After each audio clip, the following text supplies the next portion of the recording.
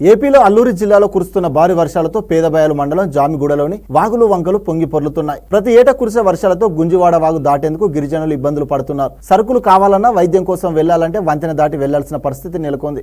వంతెన లేకపోవడంతో దివ్యాంగులు అనారోగ్యానికి గురైన వృద్ధురాల్ని ఆసుపత్రికి తరలించేందుకు వంటపాత్ర సహాయంతో వాగు దాటించారు.